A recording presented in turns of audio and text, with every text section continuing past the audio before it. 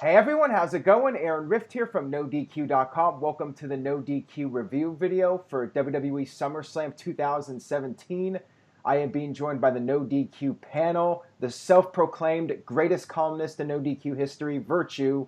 Also being joined by the PA sensation Greg Cherry, complete with his own t-shirt, and the man that has challenged Jeff Meacham for trivia on NoDQ.com this week, Mr. Interstate Kyle. So it's a pleasure to have you guys on, but real quick, I would like to have a moment of silence. If you guys could please bow your heads in memory of the push of Baron Corbin, the push of Rusev, and the beach ball. All right, so that is our little tribute. Now, on a more positive note, the main event was freaking awesome. I loved it. I felt it definitely lived up to expectations. Virtue, I'll start with you, and then Kyle, and then Greg.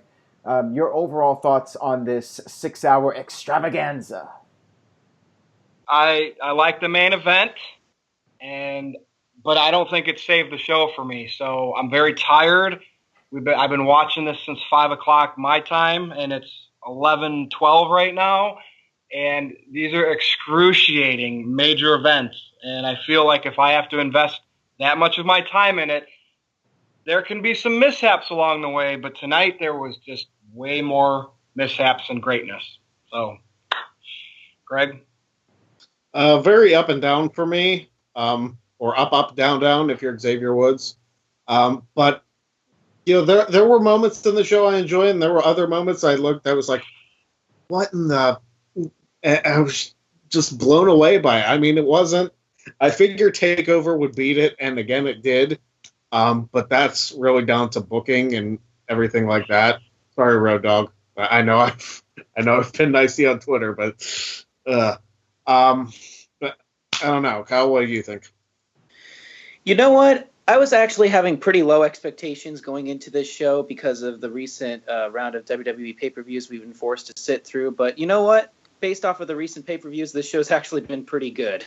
But I think it definitely had some interesting booking decisions with some interesting people going over that I did not expect to go over.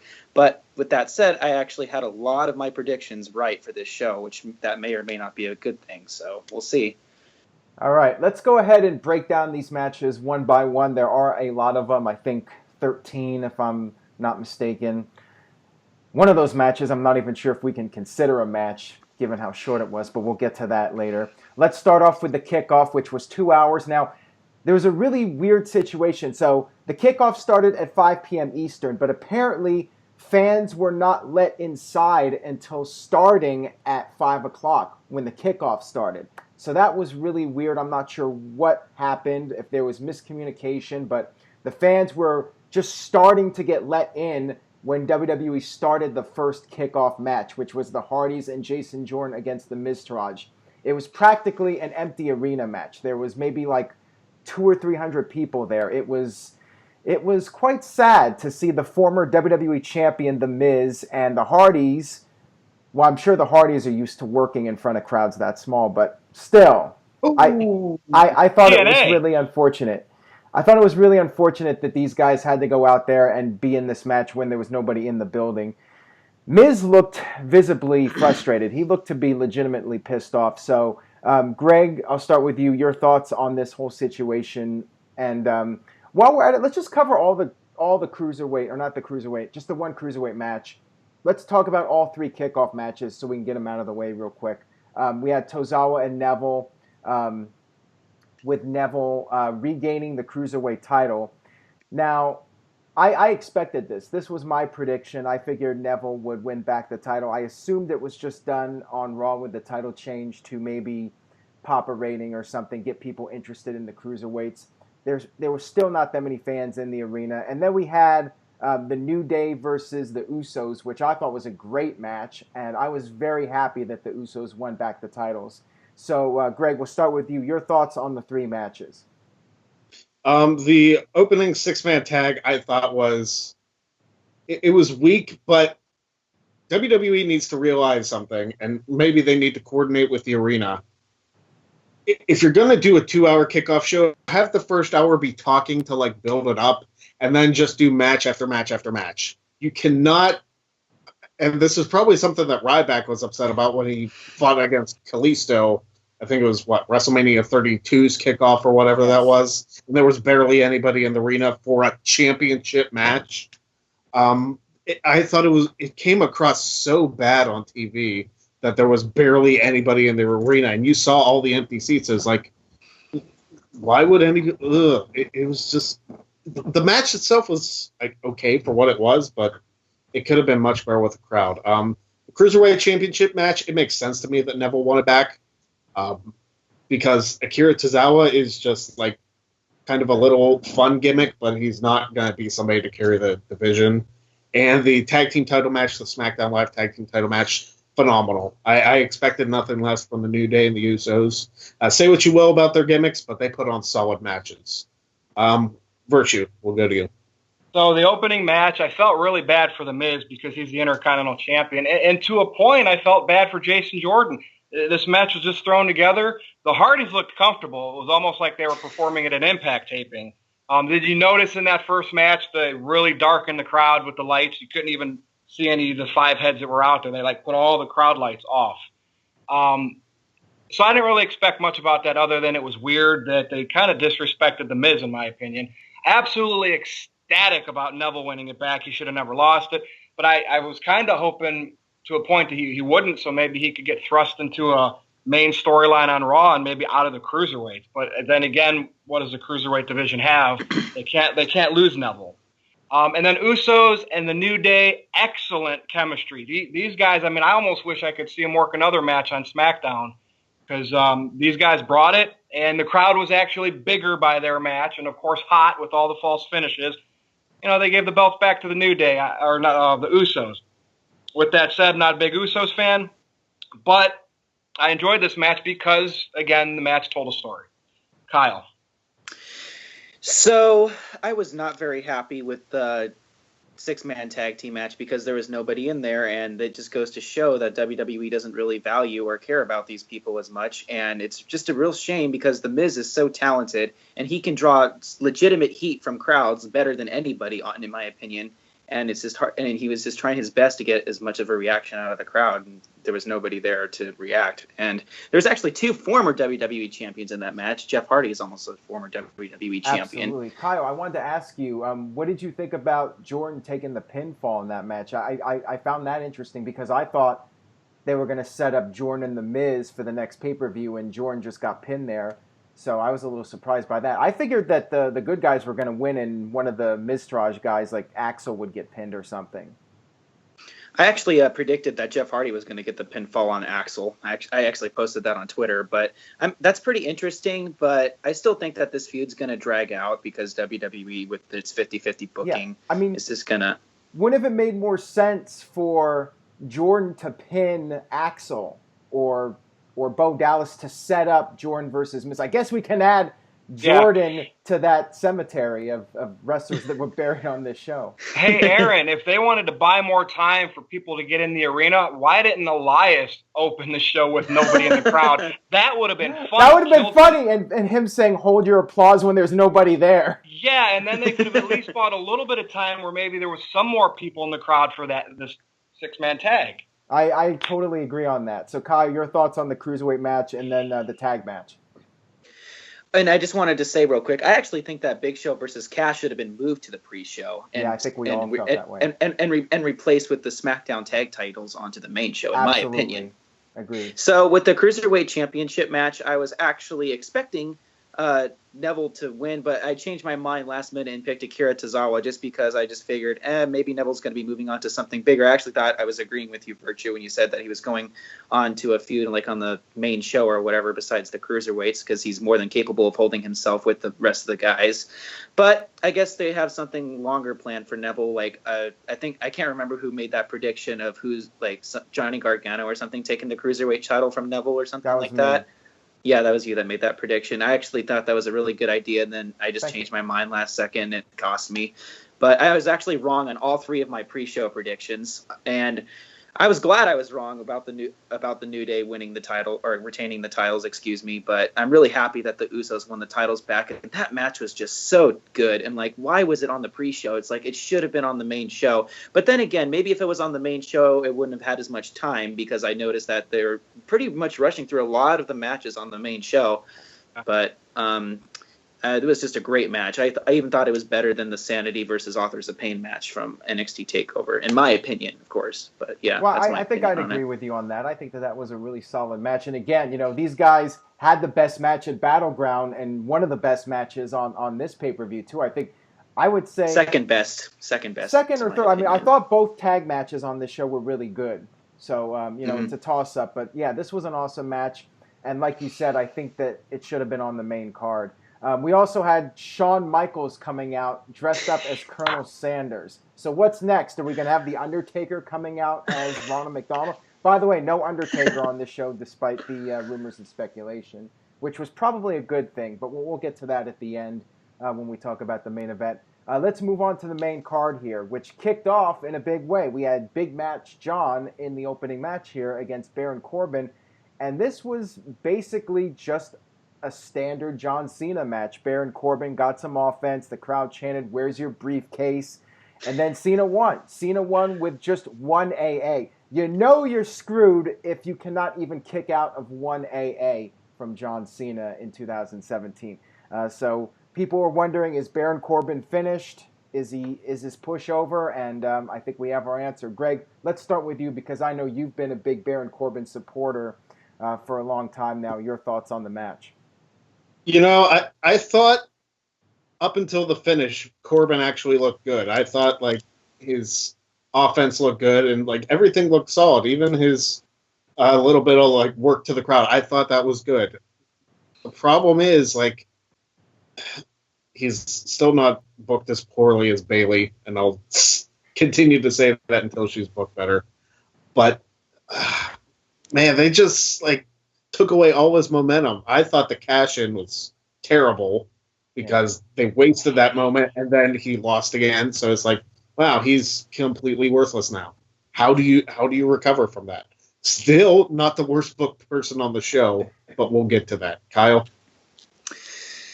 I honestly expected Cena to win because one, I'm not a Baron Corbin fan. I just think there's many people that are like just the same size as him that outclass him in promos and in the ring. Like Braun Strowman's a good example, in my opinion.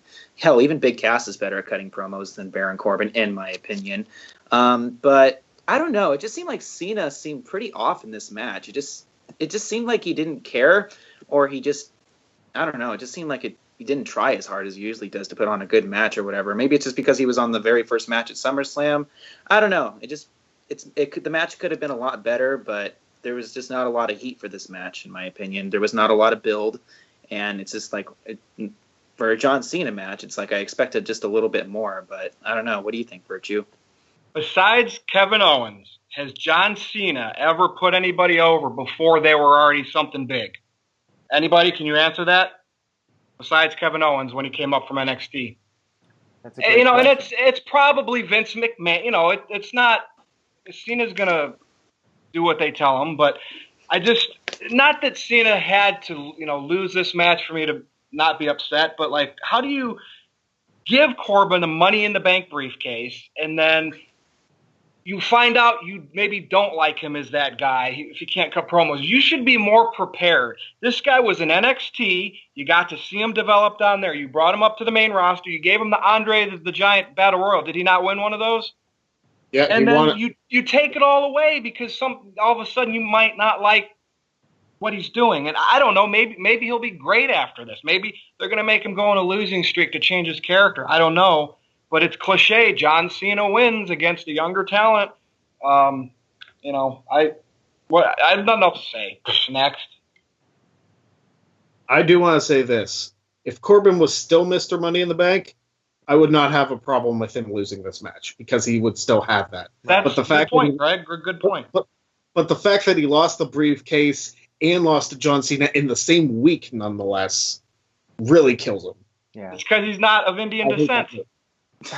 Well, if he would have lost the briefcase and then beat Cena because he was so frustrated, that would have made sense. The fact they lost the briefcase and then lost to Cena. Yeah. There must have been something behind the scenes going on with Corbin.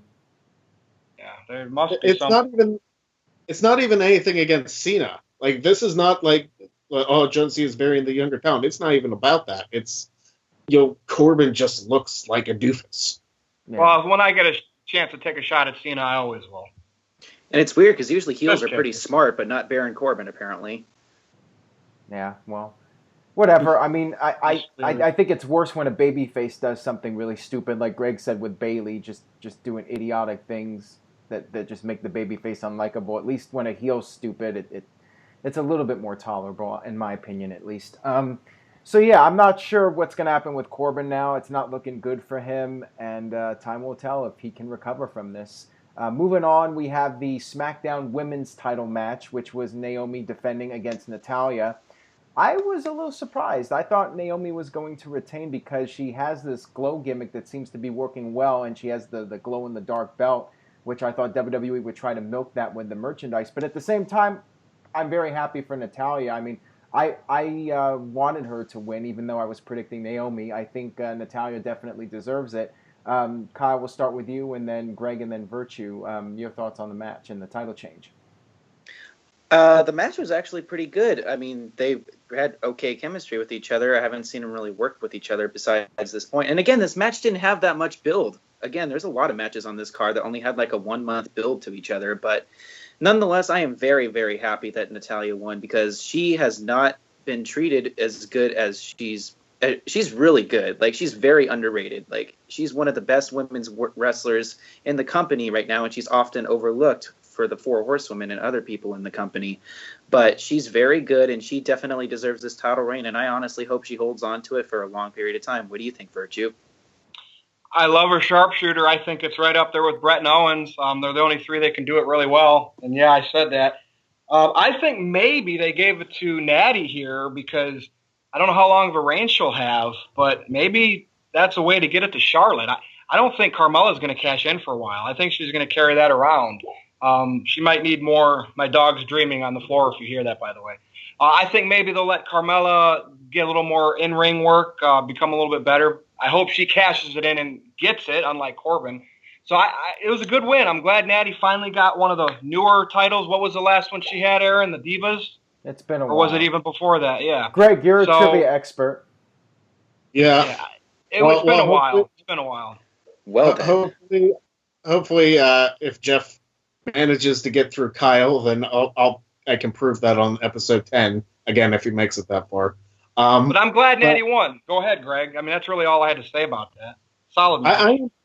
I am too. I want to dispute something that Kyle said earlier. He said this match was actually pretty good. It's like, why are you surprised with a Natalya match that was pretty good? I mean, she's a solid worker. I thought both of them had a fantastic match. I thought both women's matches were actually really great this show. But Natty really deserves this championship. I hope she gets a decent reign with it. Hopefully, like through Survivor Series at least. And I mean, we'll see what happens. And Natalya had the cool gear too, the Heart Foundation gear. I thought that was pretty awesome. Yeah, that was pretty neat. All right, so let's move on here. We have to talk about this next match and segment, which was Big Cass versus Big Show with Enzo in the Shark Cage. Why was this not the pre-show match? I mean, we had Enzo come out. He cut this really long promo that went on forever, and then they had Enzo mic'd up, so he was talking during the whole match. You could hear every little thing he said. The match was boring. Crowd did not care. And then the one thing I found interesting that I thought was creative was Enzo managed to grease himself up and then escape the cage. I thought that was creative. I'll give WWE credit on that. But then, of course, Enzo got to the floor and got immediately beat up by Cass.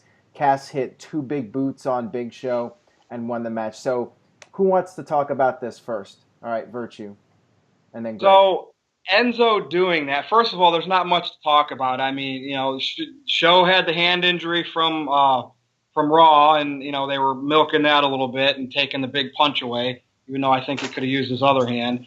But like, isn't that something a heel would do to try to get out of the cage, and then as they got out, they would get the boot right away, like a heel manager. And Enzo's supposed to be this baby face. It was off. Something didn't seem right about it. You can tell complete, not burial, but heat. You know that the heat backstage, all the rumors we've heard, something's got to be real. Because for them, and the cage was only raised like 8 feet. It didn't even look that tall. I don't know if they did that to make Big Show and Cass look taller, or obviously because Enzo was going to drop down on it. Yeah. But I remember Jericho in it and Paul Ellering in it, and it was at least 4 or 5 feet higher. Yeah, it was. So that was kind of weird from the very beginning of the match. And that's what I think about it. Greg? See, I disagree with the statement that this should have been on the pre-show. This shouldn't have been on the show, period. Just because, I mean, we knew Cass was going to win. We knew Enzo was going to look like an idiot because that's how they book him anymore. And really, what's the point of continuing the Cass-Enzo gimmick if Cass always gets one over on Enzo and Enzo gets, like, none of his heat back? You know what I mean?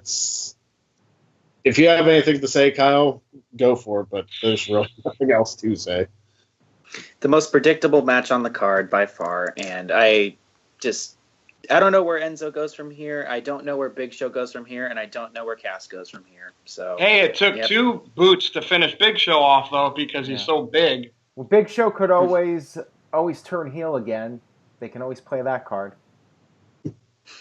He's already had.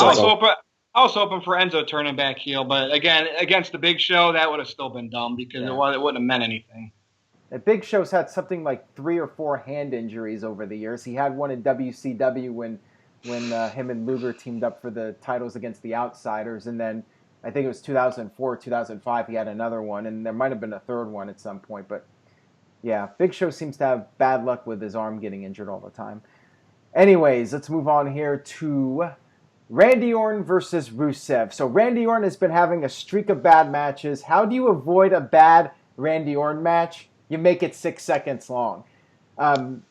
Greg, you're a trivia expert. Was this the shortest SummerSlam match in history? I know that Orlando Jordan Benoit one was really short. What was the shortest one? Kyle, you know? William Regal versus Christian, ECW Championship, 2009.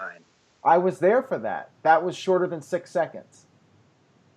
The match was actually 10 seconds, according to Wikipedia. Well, this match was 6 seconds. Literally. Bell rang, RKO, match was over. Now, Rusev jumped Orton before the match. I thought Rusev was going to win because he had jumped Orton from behind. I thought, okay, they're just going to have Rusev destroy him and that'll be it. And, Orton has an excuse for losing. But no, they had Rusev beat up Orton and then they start the match and then Orton beats him and that's it. I was like, wow, that was as big of a burial as I've ever seen on a WWE pay-per-view in quite some time. So who wants to give their thoughts first? All right, Greg. The Benoit Jordan match was like 25 and a half seconds. Yeah. SummerSlam one, the SmackDown ones were shorter. Why? Like, who did Rusev piss off? Because not only did his flag match was that terrible against Cena, but he looked like a complete idiot. And he's looked terrible the last 2 SummerSlams. Because remember, Reigns beat the crap out of him last year. Yep. And then this year, it's like, hit the turnbuckle. RKO, he's dead. R.I.P., man. Virtue. Yep. No, were you through, Greg, on that? Or? Yep. He came out at WrestleMania 31 in a tank against John Cena, right? And was there some heat on him a couple of years ago with the engagement of Lana? I can't remember. Didn't something happen in it? I think him and Lana have kind of been crushed, so to speak, since then. Nice. And the thing is, Rusev is a great talent, a great heel, and we go back to Corbin too, and it's like they have to develop stars, but it's like they would rather just bring in guys that are established now, where the indie fans like them, like Ring of Honor guys, New Japan guys, instead of maybe developing their own. And they should do all of it. You can bring indie guys in. You can bring guys in from over the pond. But make your own stars too, and don't give up on stuff. I mean, I still want to know who was behind GTV. So it was, I don't know, too quick. It's Vince McMahon. We need to have a 7-second match tonight. And that's what it is. On all big events, there's a quick match, it seems like, anymore. I wasn't a fan of it. Yeah. Kyle? I've given up on Rusev now for the better part of 2 years whenever he was making out with Summer Rae or whenever that whole crap was going on. Yeah, Ruru. But again, I don't know where either of these guys go from here. I have no idea where Randy Orton goes from here, and I have no idea where Rusev goes from here. I just don't see if this feud's going to continue or where Randy's going to go, but I've given up on Rusev, and I know he had heat earlier this year for cutting his hair, didn't he? I think so, yeah. There was a report about that, and there's been all the reports about Rusev and Lana, and it's petty very heat weird. stuff, though. This petty heat stuff's got to stop. I mean, it's just too much. There's too much of it. Yeah, this company can be very weird sometimes, and when I say company, I mean Vince McMahon, but it is what it is. It's his company, after all, so he can do whatever he wants, and people deal with it or they don't. So let's move on here. Let's talk about the Raw Women's Title match, Alexa Bliss versus Sasha. Sasha got a lot of boos from this crowd. I guess it has something to do with Boston, or New York not liking Boston or some crap. But you guys probably know more about the sports than I do, but I could have sworn Sasha was pretty over on those NXT TakeOver Brooklyn shows, though, but I'm not sure. So I find it strange that they would boo her on this show. Maybe they're just sick of her character. Who knows? But anyways, we have another new champion. Sasha Banks won with the Banks statement. I thought it was all right. I mean, Greg, I know you said you thought it was a good match. I thought it was okay. I thought the finish was really anticlimactic. Just seemed like it came out of nowhere without any real build towards it. And it just felt flat to me. I mean, Virtue, what did you think of it? Yeah, I was going to mention it. I saw you mention on Twitter, I think, about it being anticlimactic. And it's funny because usually when you have a submission finish like that, you want that drama. And I remember earlier in the match, Bliss was in something, and she was so close to the rope, but she's so short with her short arm, it looked like she was far away. That was more energetic than the actual tap out at the end of the match. And overall it was okay. I actually like the other women's match a little bit better. Greg probably will disagree with me. I don't know. But the fact that, Sasha again is the women's champion, what is this, Greg? 3 times? 2, 3? 4. So yeah, let's just keep passing that belt around. Let's not really establish. Here's the thing. It's a long title right now. And I think it's going to be Jinder Mahal. So it just seems like belts keep getting changed every other month, every couple of months. I don't know. I don't know where they're going to go from here now. What do you think, Greg? Sasha's your woman. I like this match. And again, I have no problem with Sasha becoming women's champion again. Yeah, the Boston-New York feud lives on. So that she probably got the boos being from Boston, which I get because she was the only good thing to ever come out of Boston. But John Cena. Heat. Like I said. But I have no problem with Sasha winning. She might have got boos because I don't know if you saw the backstage segment. Bayley got a ton of boos. Oh, yeah. She was more booed than Roman Reigns.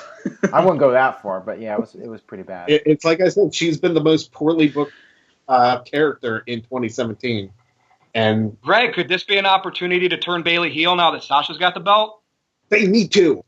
I'm just saying. I have the perfect book scenario. It's like Sasha wins whatever match tomorrow on Raw. Maybe it's a rematch for the women's title. Bayley comes out, gives her a hug, and then like in the midst of that, Bayley the belly. Then hits it once more, and then like takes the ponytail out of her hair, throws it in Sasha's face, and leaves. That would be entertaining, but I almost think they should make her like Roman Reigns and John Cena. Have her come out there and just be the cheesy babyface who never gives up and she always wins, she never loses. Just make her like the female Roman Reigns. I'm almost thinking they should do that now. We don't need... But she'll get a big reaction. Who cares if they're booing? She gets reactions. I would just keep shoving her down people's throats now. We're trying. This was a long day. I know I'm going to get a lot of hate from that, but I think it could work. I think it could get her over, get her the loudest reactions on the show. What do you think, Kyle, of the match and what they should do with Sasha and Bayley moving forward? I thought the match was okay. I actually prefer the SmackDown women's match a little bit better, but the finish was pretty anticlimactic. I'm sorry? Oh, I just said I agree with you.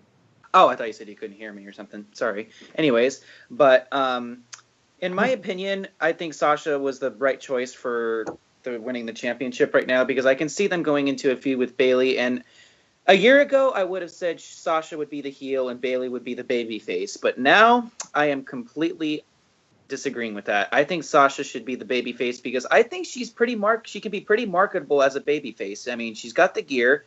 A lot of the girls buy her gear. I know that for a fact. And Bayley they've killed her. They cannot fix her right now as a babyface. They need to do something different with her. And this is actually Sasha Banks' first pay-per-view title win, believe it or not, because she's won all of her previous Raw championships on Raw. That's for you, Jeff Meacham, for a statistic. Anyways, but I'm really happy that she won, and I just hope, because she needs to have a longer title reign than 1 month. Please, WWE, please give her a longer title reign than a month. But yeah, I really hope that she holds the title for quite a significant amount of time, because Raw needs to establish a long-term women's champion, because ever since it's been established, it hasn't had a long-term champion. So I really hope Sasha can carry the title with her for a while. Yeah, Bayley's not a bad girl. She's not a good girl. She's the girl. She could cut that promo. Wow. We got it. Oh, man. All right, let's move on here. Let's talk about Bray Wyatt versus the Demon King, Finn Balor. Actually, I have very little to say about this. I thought it was the most predictable match on the show. I figured, okay, since they've already announced in advance that Balor's going to be the Demon and he lost on Raw, he's going to get his win back, and that's exactly what happened. I thought the match was okay, but I was actually pretty bored with it. Kyle, what do you think? I didn't think too much of it. I was actually really kind of... surprisingly, this is a hard match for me to predict, only because I'm like, okay, both of these guys have been booked pretty bad this year. I'm like, who needs the win more? I'm like, and then I saw Raw, and then I'm like, okay, I'm going to lean towards Balor, but it would not surprise me if Bray Wyatt won. But the match was just okay, I guess. I mean, I really hope they start doing something with Finn Balor, because he's going to lose a lot of steam if they just keep him in the mid card for now. But I really hope they do something with him. What do you think, Greg? My wife is going to reach through this phone and strangle both of you for hating on Finn Balor. But see, I enjoyed this match just because, like, you saw like an element of fear in Bray Wyatt's eyes because of the demon. That's actually a big deal. Like, it may not have like played a huge part in the match, but it's like a big deal. It's like, holy crap! It's like, look at this guy. He's going to come after me. And I enjoyed the match. I enjoyed the entrance, of course, because it's the first time in a year we've seen the demon entrance. So I liked it. It wasn't the best match of the night, but for what it was, I enjoyed it. Virtue?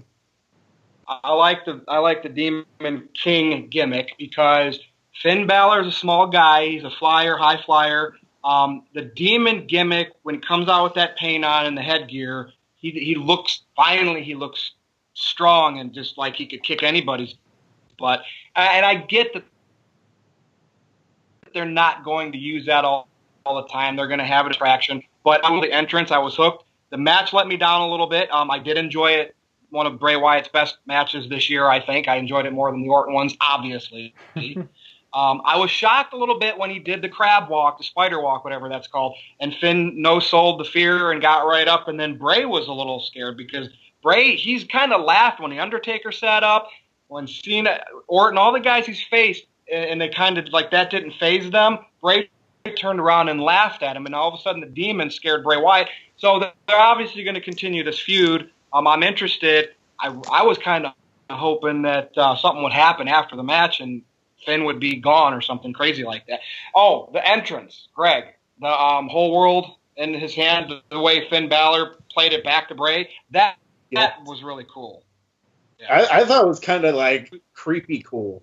Like the way they did that was like, ooh. Yeah. Like mind games already with Bray Wyatt. I thought it was really good. All right. Well, I think on a regular Raw pay-per-view, without all the other matches, they had 5 or 6 more minutes in that match. I think they really could have had a really, really good ending with maybe some false finishes. I think it went a little short. And, we talked about the the Raw women's match being a little anticlimactic. I actually thought this match was a little bit, considering the special forces that were in play, so to speak. But, it'll continue, I'm sure. Yeah, maybe it's just because I don't care about Bray Wyatt at this point. Maybe that was a factor. I don't know. I just thought it was okay. All right, well, next up we had the tag team match on Raw for the Raw Tag Team titles. We had Cesaro versus Dean Ambrose and Seth Rollins, complete with their red and black Wolfpack colors. I really enjoyed this match. I thought it was great stuff from everybody, and there was one point where there was a beach ball in the crowd. They were bouncing around the beach ball, and Cesaro actually went into the crowd and destroyed the beach ball. That was friggin' awesome. I love that. That was one of the highlights of this entire show.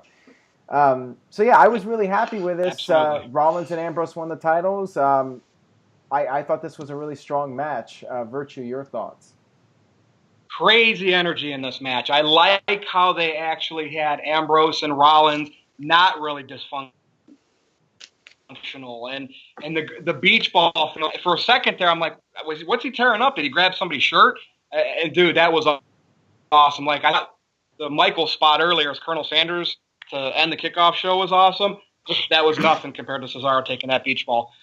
Again, we got another title change here. I don't know what this means, but I heard a lot of people saying, when Roman came out later, red and black. The Shield's getting back together. But yeah, Cesaro's such a good worker. For him to do what he did, come back to the match and finish the spots. Here's one thing I noticed, is this because Cesaro's a heel? He went to do the spinning move. What do they call that? I should know.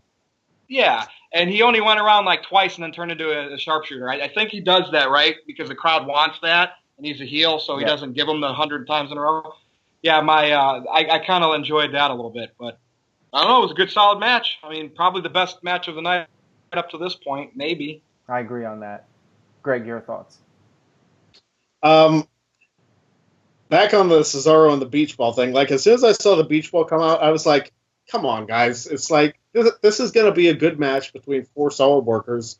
And then Cesaro, he must have won the 40-yard dash getting over there, because he was off the apron, over the barricade into the beach ball in like 3 seconds and ripping it apart. I was like, that's the greatest thing I've ever seen. Yeah. Like, be like, hey, stop this crap, watch the match. It's like, yes. Cesaro My buddy said that was a work, and I said absolutely not. No, that was full blown, like, Claudio Castagnoli shoot right there. So good for him. Solid match again.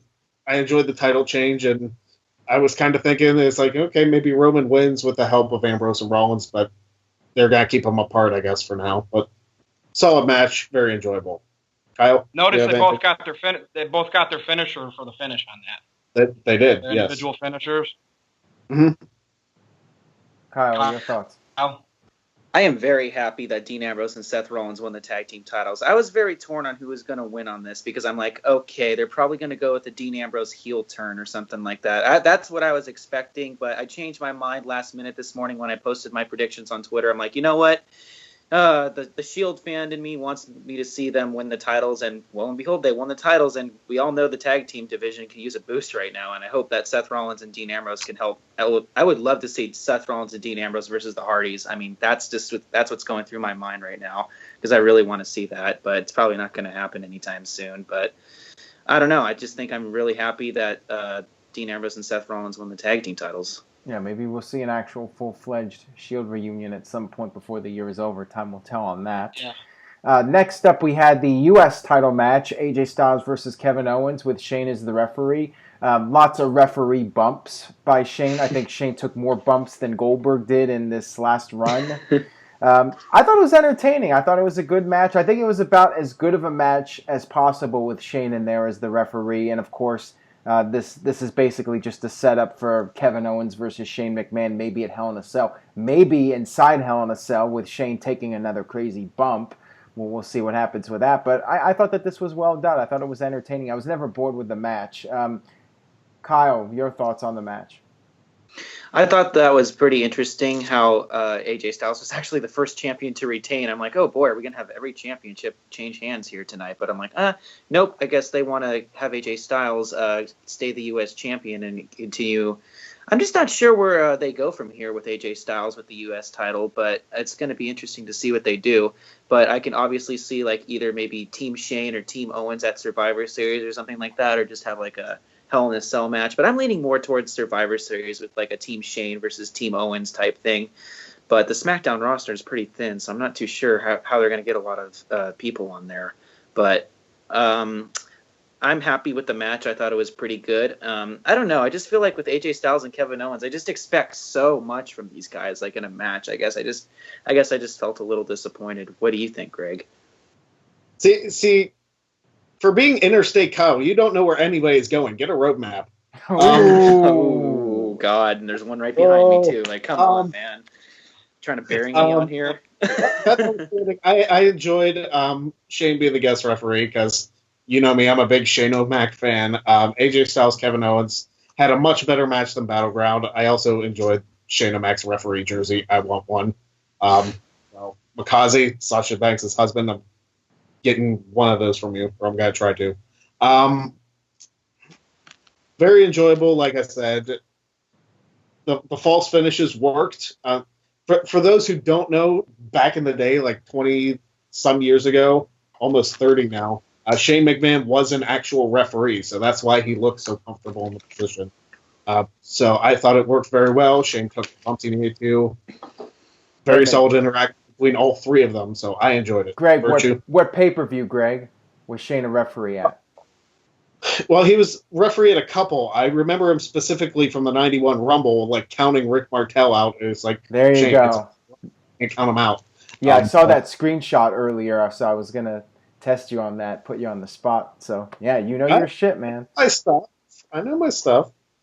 All right, Virch. It was another solid status quo match for AJ and Owens. Again, we expect 6-star matches out of them, because that's the new bar.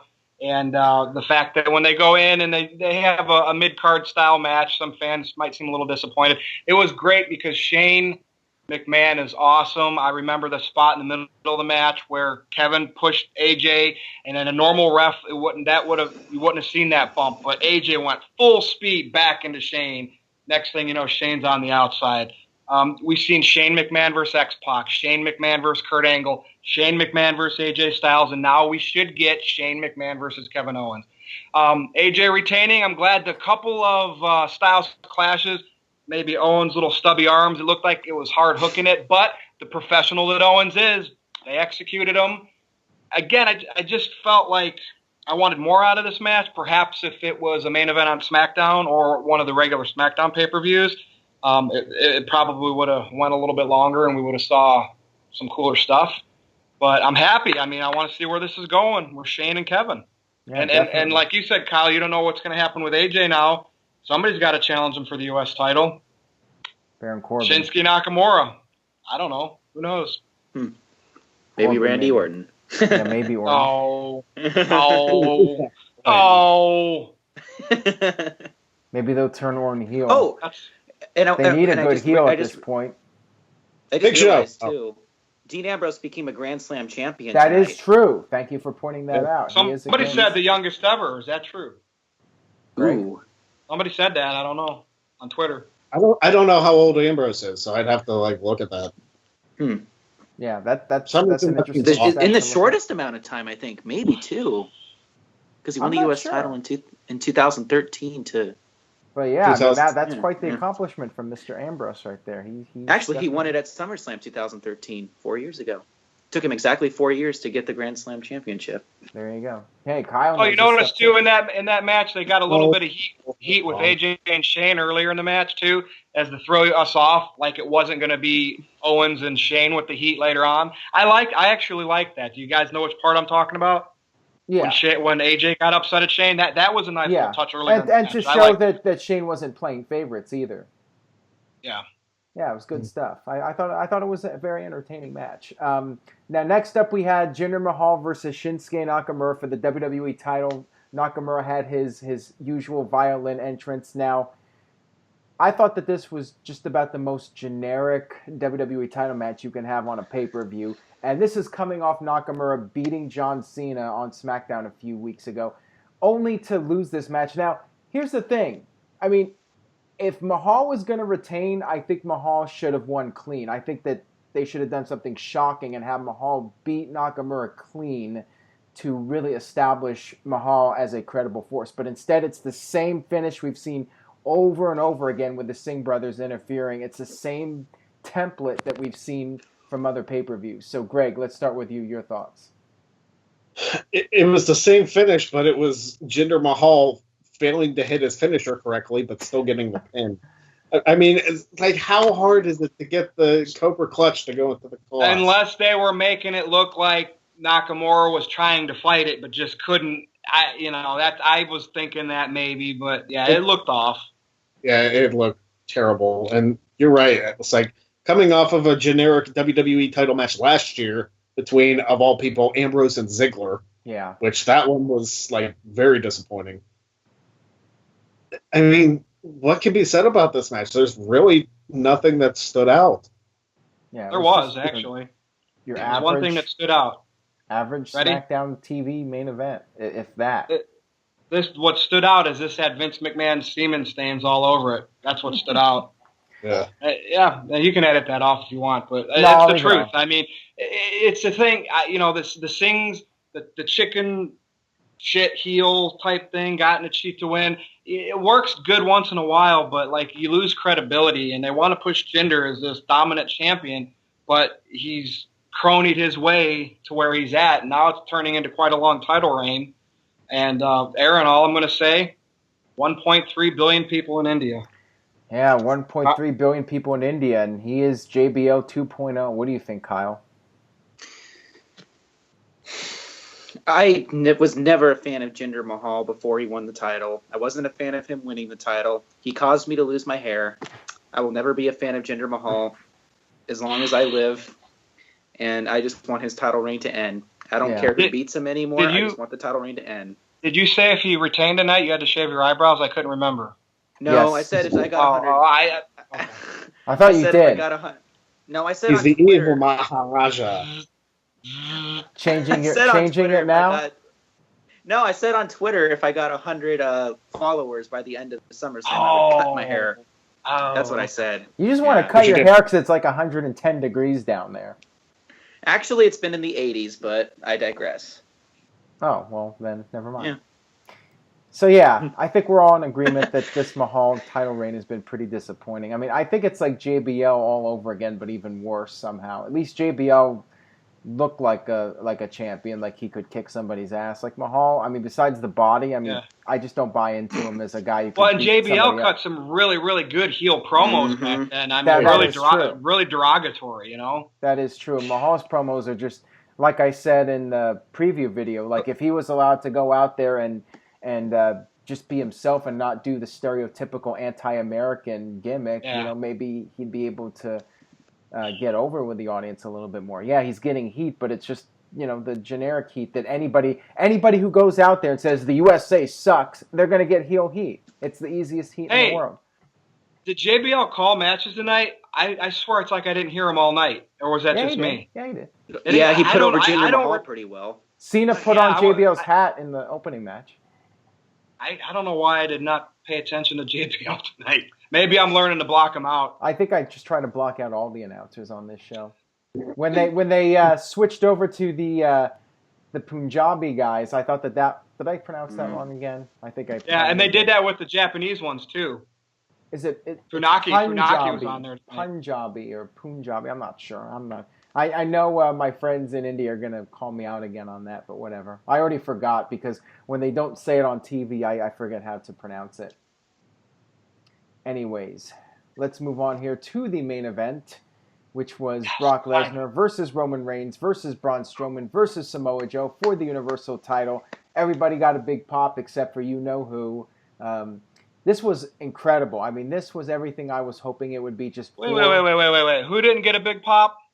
Who? Well, who? I swear to God, he probably got a louder reaction. It might have not have been he got a pop. a reaction. Okay. Oh my gosh, Roman Reigns fanboy. The loudest reaction. Not a fanboy though. It's the reality of it, dude. That's why I'm saying Strowman. I wanted Strowman to win. That's why I'm saying Bayley should be like Roman Reigns because Roman Reigns gets the biggest reaction, and if WWE just shoves Bayley down the throats of everyone, then Oh my she God. could get the biggest reaction of the women.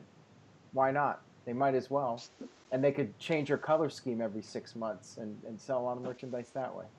Just like when John All Cena. right. I'm ready for this one. Who All wants right. to go? Who's going first, Aaron? You? Well, I mean, I thought it was incredible. I mean, we saw Strowman just destroy Brock Lesnar.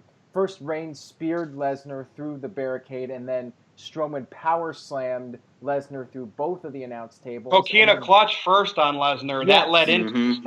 and then because Jeff was trying to say it was all Strowman beating up Lesnar, which it was, but there were a couple little things before Strowman got to him that were done by Joe. Yeah, Joe choked him out, and then Reigns speared him through the barricade, and then after putting Lesnar through the 2 tables, then he dumped the 3rd table over him, and that's when they brought out the stretcher. And I knew Lesnar was coming back. I think we all did. We knew where this was going. But it was well done. I liked it. It made Strowman look like a complete beast. The crowd was chanting, Strowman. They were going nuts for the guy. So this was great for Strowman.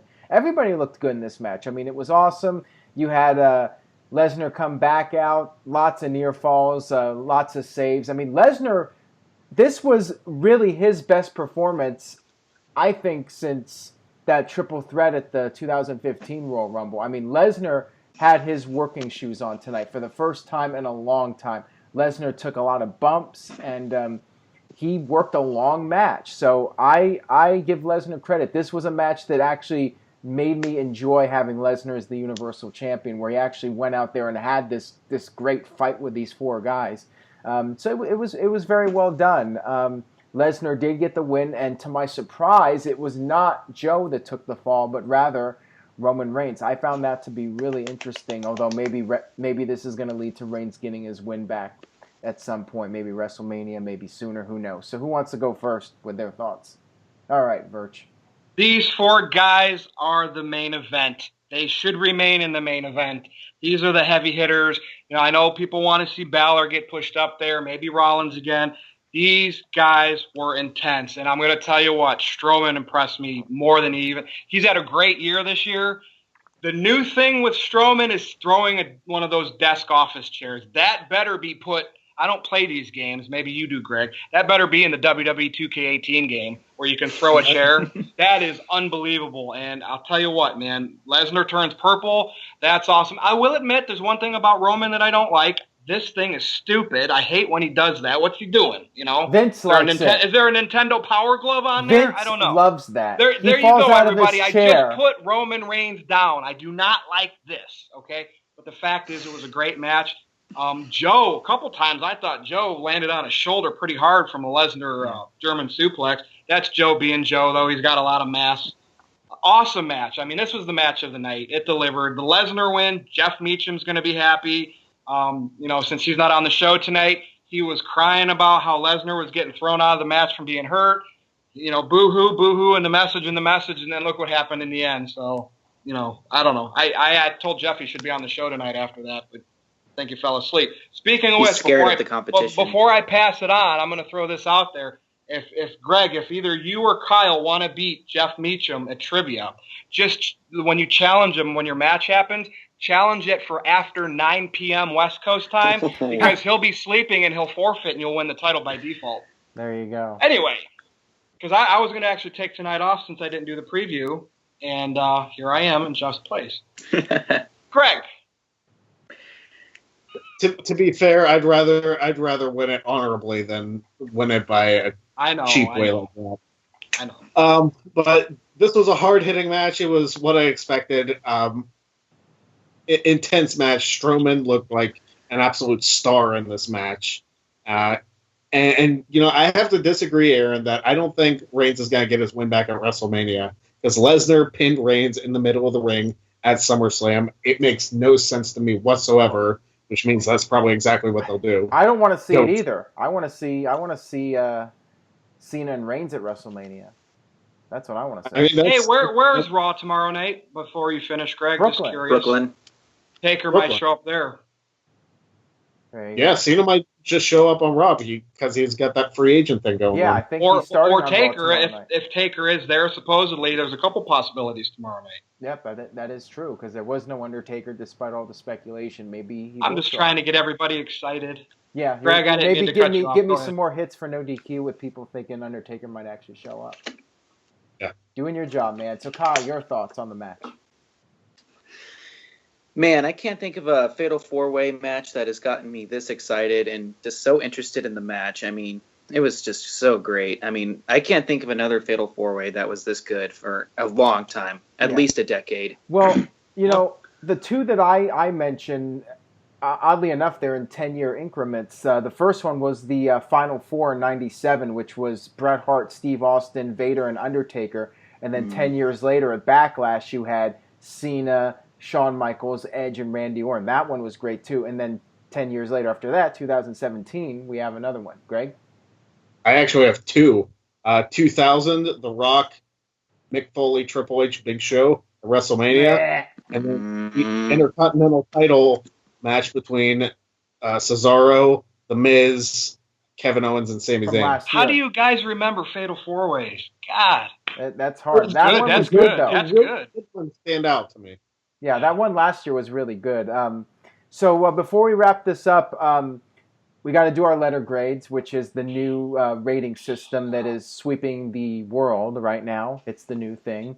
It's out with the stars, in with the letter grades. Also, I want to ask you guys your favorite Fatal 4-Way match. And then the last question I have for each of you is, what was the best match of either night? So I'll go ahead and go first. I'll start it off. If it was just the main event and the two tag title matches, I would give this show an A. But unfortunately, we had a lot of other stuff that wasn't so good.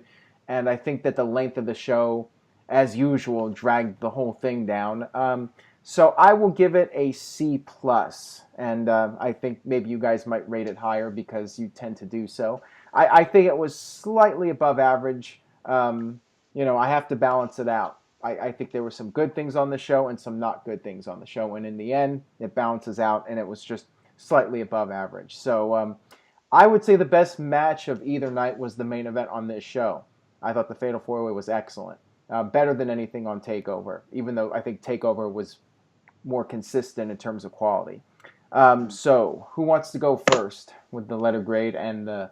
I'll go. Okay. Best match, of course, I'm going to pick the Fatal 4-Way main event tonight. I'm going to go ahead, and my expectations for a big event like this are so high. I'm going to go with Aaron. I'm going to also say a C+. I picked Nakamura to win the WWE title and Strowman, and the two guys retained. So I would have, if one of those scenarios happened, not both, but one of my picks happened, not just to make me right, but that's what I wanted as a fan. I might have bumped it up to a B-. So, Kyle. All right, wait a minute, real quick. Did I miss something? Best Fatal 4-Way match of all time. Oh. God, I mean, I told you I could barely remember any of I them. might go with this one tonight. I might need to watch I the was other actually going to matches say back. that when you mentioned that, was that one from In Your House with the Bret Hart and Steve That Austin? one was a great match. That was yeah, when Vader I was do bleeding. remember that one. So that's tough. I'm going to go with that one. I got to put a poll up. I got love to put a that poll era. up and see what everyone else thinks. It's close, but Who else was in that? It was Vader, Steve Austin, Bret, Undertaker. Yeah, I do remember that one, and I'm going to go with that one barely over tonight's. Okay, Greg. I'll give the show a B-, just because I thought it was a solid show. I don't think it deserves to be dragged down to C level, even though the Rusev match and the Corbin match irked me.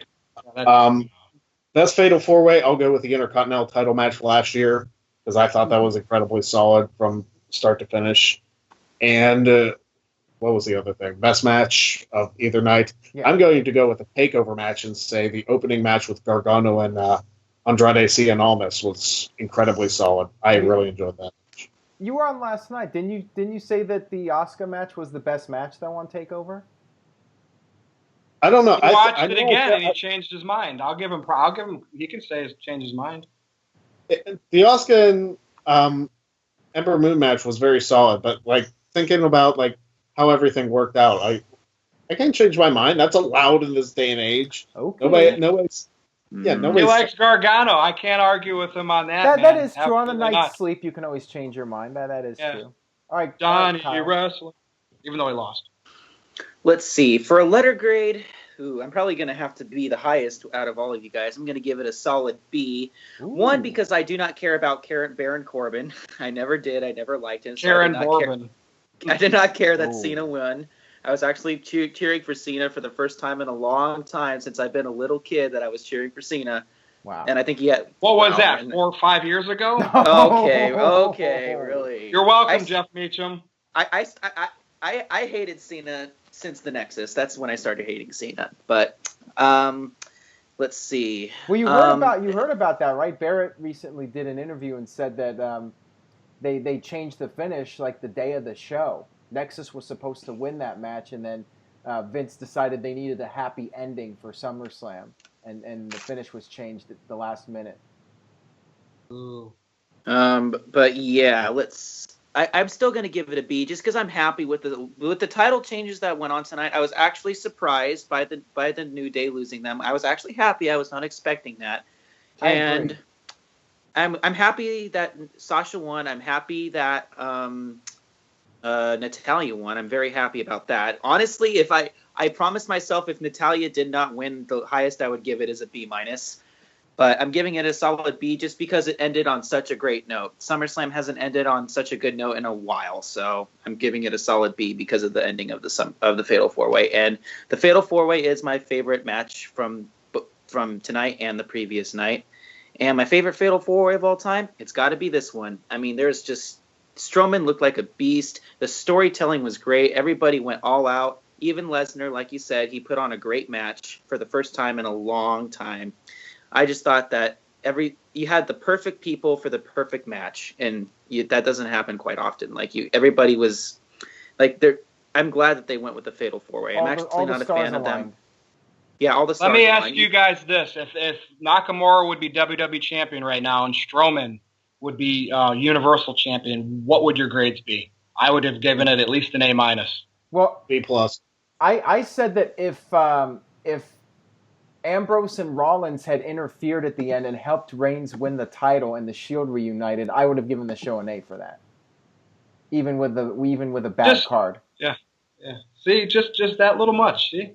Yeah, but still, I mean, Lesnar winning clean. I'm actually glad Undertaker did not show up because I don't think he should come back at this point. He still might, but I like the fact that the match had a clean finish with Lesnar retaining. So I was happy about that. Okay, so Kyle has a 10% battery. We're pretty much done here anyways. So let's go ahead and wrap this up. Now, Kyle, you are going to be challenging Jeff this coming week on the Trivia Challenge. Now, the reason Jeff was not on tonight is because he told me he needs to study up. You know, I think he is a little afraid of you because he knows that you know you're wrestling, even though you're only 21 years old. Yeah, so everybody knows I got Kyle to be on for me tonight, earlier in the night, and then all of a sudden Jeff bails for that very reason, and I'm in his spot. So what's going on here? Is Jeff starting to crack and crumble? Yeah. Yeah, Jeff's told me he's studying up on the NoDQ.com awards and looking back on all the WCW clips and ECW clips and just making sure he's caught up with everything. So, Kyle, any plugs, final thoughts heading into the trivia match? I am ready for Jeff Meacham. He has been running roughshod over all these jobbers, with the exception of Greg and Virtue. Oh, nice save there. Nice save. He kicked my butt. He kicked my butt. You put up a good fight. But I am ready. I am more ready to take this title and defend this title with pride and honor, unlike Jeff. Right on. And I'm gonna be the youngest champion in no DQ history, and I'm ready for that. Well, you're only going to be possibly the second champion, but that's okay. That's quite all right. So Interstate Kyle on Twitter, follow him, and if he gets 100 followers in 24 hours, he will shave off his eyebrows. I was talking about my hair, but okay, I guess I could shave off the eyebrows. Oh, okay, he just admitted it. 100 followers, Interstate Kyle on Twitter. Greg, your plugs. Follow me at PA Sensation on Twitter. I'm not doing that gimmick. I figured so that. Don't even no ask. eyebrow shaving from Greg. Nope, not gonna do it. All right. Yeah, my wife's a cosmetologist and she'd kill me. So And she's I can't like, do that. hey, it's almost 1 a.m. Let's wrap this thing up. All right, Virtue, your All right. place. I'd Yeah. like to give a shout out to Greg Cherry's shirt, York Peppermint Cherry. No DQ at no DQ _ Virtue on Twitter. If you get You 100 know- followers in the next 24 hours, what will you do? Not tweet for a week. Oh! And you know me, I'm addicted to Twitter, so that's a pretty I do that. I would. Okay, so I would kind of defeat the purpose of getting followers, though. no DQ _ Virtue at PA Sensation and at Interstate Kyle. I'm at Aaron Rift. You can find me everywhere on social media at Aaron Rift, NoDQ.com, all that good stuff. Buy a shirt at ProWrestlingTees.com. Maybe we'll have the Cherry shirt on there, although I'm not sure if that's copyrighted or not. But you can at least get the NoDQ.com shirts, and stay tuned to NoDQ.com this week for more videos. We will have the trivia match coming up. Kyle versus Jeff. That will be later this week, and Greg will be waiting as well. We'll see you guys actually for a while. It'll be a while. The next pay-per-view is in 5 weeks. Staples Center, Los Angeles, California. Maybe I'll be there. Time will tell. Haven't decided yet, but I will be in LA during that time. Might just be at Jeff's house. We'll see what happens. But that'll wrap it up. We will see you guys next time.